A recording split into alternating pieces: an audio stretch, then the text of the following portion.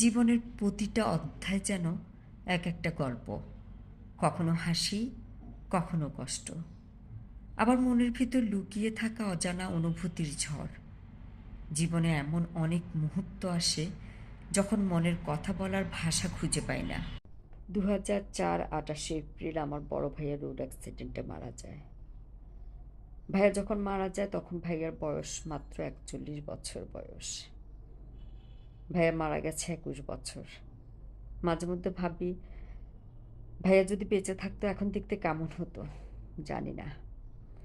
ভাইয়ার স্মৃতি হিসাবে আমার কাছে এই শার্ট, একটা ছবি, আর ভাইয়া মারা যাওয়ার সময় যে মানিব্যাগটা সাথে ছিল, হয়তো রাস্তায় কুড়িয়ে পাওয়া গেছে সে মানিব্যাগটা। মানিব্যাগের ভিতরে থাকা কিছু টাকা, এই স্মৃতিগুলি আমি আঁকড়ে ধরে আছি খুব যত্ন সহকারে। মানিব্যাগের গায়ে কেমন ক্ষত বিক্ষত।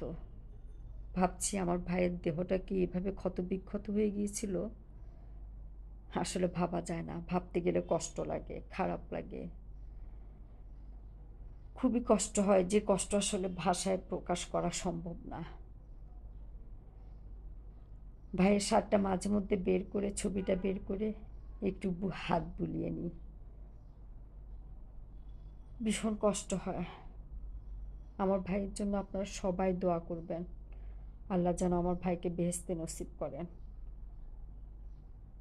ভাইয়া, তুমি যেখানে থাকো ভালো থাকো, আল্লাহ তোমাকে